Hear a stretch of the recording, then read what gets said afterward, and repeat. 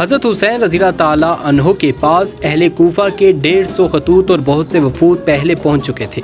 پھر مسلم بن عقیل نے یہاں کے 18,000 مسلمانوں کی بیعت کی خبر کے ساتھ ان کو کوفہ کے لیے دعوت دی تھی، تو حضرت حسین نے کوفہ کا عزم کر لیا۔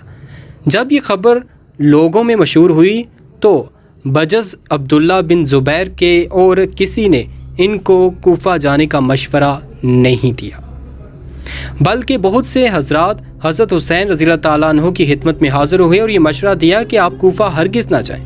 اہل عراق و کوفہ کے وعدوں بیعتوں پر بھروسہ نہ کریں، وہاں جانے میں آپ کے لیے بڑا خطرہ ہے۔ عمر بن عبد الرحمن کا مشورہ۔ عمر بن عبد الرحمن حاضر ہوئے اور عرض کیا کہ آپ ایسے شہر میں جا رہے ہیں جہاں یزید کے حکام و امراء موجود ہیں، ان کے پاس بیت المال ہے اور لوگ عام طور پر درہم و دینار کے پرستار ہیں۔ مجھے خطرہ ہے کہ کہیں وہی لوگ آپ کے مقابلے پر نہ آ جائیں جنہوں نے آپ سے وعدے کیے اور بلایا ہے، اور جن کے قلوب میں بلا شبہ آپ زیادہ محبوب ہیں بنسبت ان لوگوں کے جن کے ساتھ ہو کر وہ آپ سے مقابلہ کریں گے۔ حضرت حسین نے شکریہ کے ساتھ ان کی نصیحت کو سنا اور فرمایا کہ آپ کی رائے اور مشورے کا خیال رکھوں گا۔ حضرت عبداللہ ابن عباس کا مشورہ۔ ابن عباس کو جب حضرت حسین کے اس ارادے کی اطلاع ملی تو تشریف لائے اور فرمایا کہ میں یہ خبریں سن رہا ہوں اور ان کی کیا حقیقت ہے، آپ کا کیا ارادہ ہے؟ حضرت حسین نے فرمایا ہاں میں ارادہ کر چکا ہوں اور آج کل میں جانے والا ہوں انشاءاللہ تعالی۔ ابن عباس نے فرمایا بھائی میں اس سے آپ کو خدا کی پناہ میں دیتا ہوں، خدا کے لیے آپ مجھے یہ بتلائیں کہ آپ کسی ایسی قوم کے لیے جا رہے ہیں جنہوں نے اپنے اوپر مسلط ہونے والے امیر کو قتل کر دیا ہے اور وہ لوگ اپنے شہر پر قابض ہو چکے ہیں اور اپنے دشمن کو نکال چکے ہیں، تو بے شک آپ کو ان کے بلانے پر فوراً چلے جانا چاہیے۔ اگر وہ آپ کو ایسی حالت میں بلا رہے ہیں جبکہ ان کے سروں پر ان کا امیر قائم و موجود ہے اور وہ اس سے مغلوب و متاثر ہیں اور ان کے حکام زمینوں کا مالیہ وصول کرتے ہیں، تو ان کی یہ دعوت آپ کو ایک سخت جنگ و مقابلے کی دعوت ہے، اور مجھے یہ بھی خطرہ ہے کہ یہی لوگ آپ کو دھوکہ دیں اور مخالفت و مقابلے پر آمادہ ہو جائیں۔ حضرت حسین نے اس کے جواب میں فرمایا اچھا میں اللہ تعالیٰ سے استخارہ کرتا ہوں، پھر جو کچھ سمجھ میں آئے گا وہ عمل کروں گا۔ ابن عباس کا دوبارہ تشریف لانا۔ دوسرے روز ابن عباس پھر تشریف لائے اور فرمایا کہ میرے بھائی میں صبر کرنا چاہتا ہوں مگر صبر نہیں آتا، مجھے آپ کے اس اقدام سے آپ کی اور آپ کے اہل بیت کی ہلاکت کا شدید خطرہ ہے۔ اہل عراق عہد شکن بے وفا لوگ ہیں، آپ ان کے پاس نہ جائیں، آپ اسی شہر مکہ میں اقامت کریں۔ آپ اہل حجاز کے مسلم رہنما و سردار ہیں، اور اگر اہل عراق آپ سے مزید تقاضا کریں تو آپ ان کو یہ لکھیں کہ پہلے اپنے امیر و حکام کو اپنے شہر سے نکال دو، پھر مجھے بلاؤ تو میں آ جاؤں گا، اور اگر آپ کو یہاں سے جانا ہی ہے تو آپ یمن چلے جائیں کہ وہاں بہت سے محفوظ قلعے اور پہاڑیاں ہیں اور طویل و عریض خطہ ہے، وہاں آپ کے والد کے متابعین بھی کثرت میں پائے جاتے ہیں۔ اس طرح آپ لوگوں کے ہنگاموں سے جدا رہ کر بذریعہ خطوط خود حق کی اشاعت و حمایت بعافیت کر سکیں گے۔ حضرت حسین نے فرمایا کہ ابن عباس میں جانتا ہوں کہ آپ میرے بارے میں فکر مند ہیں مگر میں اب عزم کر چکا ہوں۔ ابن عباس نے فرمایا میرے بھائی اگر آپ جانا طے ہی کر چکے ہیں تو خدا کے لیے اپنی عورتوں اور بچوں کو ساتھ نہ لے کر جائیں، مجھے خوف ہے کہ کہیں آپ اسی طرح اپنی عورتوں بچوں کے سامنے قتل کیے جائیں جس طرح حضرت عثمان رضی اللہ تعالیٰ عنہ قتل کیے گئے۔ حضرت حسین کی کوفہ کے لیے روانگی۔ حضرت حسین رضی اللہ تعالیٰ عنہ اپنے نزدیک ایک دینی ضرورت سمجھ کر خدا کے لیے عزم کر چکے تھے۔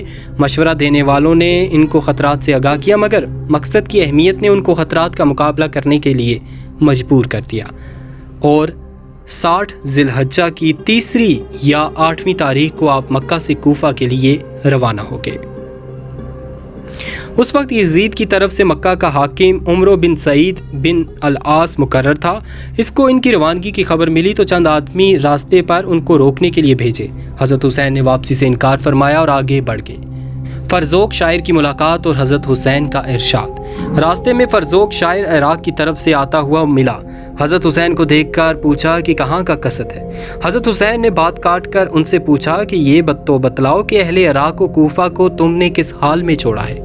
فرزوق نے کہا اچھا ہوا آپ نے ایک واقف حال تجربہ کار سے بات پوچھی۔ میں آپ کو بتاتا ہوں کہ اہل عراق کے قلوب تو آپ کے ساتھ ہیں، مگر ان کی تلواریں بنی امیہ کے ساتھ ہیں، اور تقدیر آسمان سے نازل ہوتی ہے، اور اللہ تعالیٰ جو چاہتا ہے کرتا ہے۔ حضرت حسین نے فرمایا کہ تم سچ کہتے ہو، اور فرمایا ترجمہ: اللہ ہی کے ہاتھ میں تمام کام، جو وہ چاہتا ہے کرتا ہے، اور ہمارا رب ہر روز نئی شان میں ہے۔ اگر تقدیر الہی ہماری مراد کے موافق ہوئی تو ہم اللہ تعالیٰ کا شکر کریں گے، اور ہم شکر کرنے میں بھی اس کی آنت طلب کرتے ہیں کہ ادائے شکر کی توفیق دے، اور اگر تقدیر الہی ہماری مراد میں حائل ہو گئی تو وہ شخص خطا پر نہیں جس کی نیت حق کی حمایت ہو اور جس کے دل میں خوف خدا ہو۔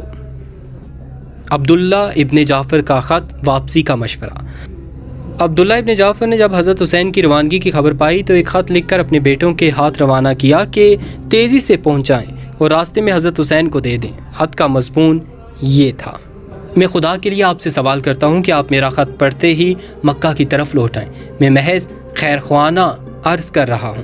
مجھے آپ کی ہلاکت کا خطرہ ہے، اور خوف ہے کہ آپ کے سب اہل بیت اور اصحاب کو ختم کر دیا جائے، اور اگر خدا نخواستہ آپ آج ہلاک ہو گئے تو زمین کا نور بجھ جائے گا، کیونکہ آپ مسلمانوں کے پیشوا اور ان کی آخری امید ہیں۔ آپ چلنے میں جلدی نہ کریں۔ اس خط کے پیچھے میں خود بھی آ رہا ہوں، میرا انتظار فرمائیں۔ والسلام۔ یہ خط لکھ کر عبداللہ بن جعفر نے پہلے یہ کام کیا کہ یزید کی طرف سے والی مکہ عمر بن سعید کے پاس تشریف لے گئے اور اس سے کہا کہ آپ حضرت حسین کے لیے ایک پروانہ امان کا لکھ دیں، اور ان سے اس کا بھی وعدہ تحریری دے دیں کہ اگر وہ واپس آ جائیں تو ان کے ساتھ مکہ میں اچھا سلوک کیا جائے گا۔ عامل مکہ عمر بن سعید نے پروانہ لکھ دیا اور عبداللہ بن جعفر کے ساتھ اپنے بھائی یحییٰ بن سعید کو بھی حضرت حسین کی طرف بھیجا۔ یہ دونوں راستے میں جا کر حضرت حسین سے ملے اور عمر بن سعید کا خط ان کو سنایا اور اس کی کوشش کی کہ لوٹ جائیں۔ اس وقت حضرت حسین نے ان کے سامنے اپنے اس عزم کی ایک وجہ بیان کی۔ تک کے لیے اتنا ہی۔ مزید اگلی ایپیسوڈ دیکھنے کے لیے ہمارے چینل کو اگر آپ نے سبسکرائب نہیں کیا تو AK TV کو کریں سبسکرائب۔ مجھے دیجیے اجازت۔ اللہ حافظ۔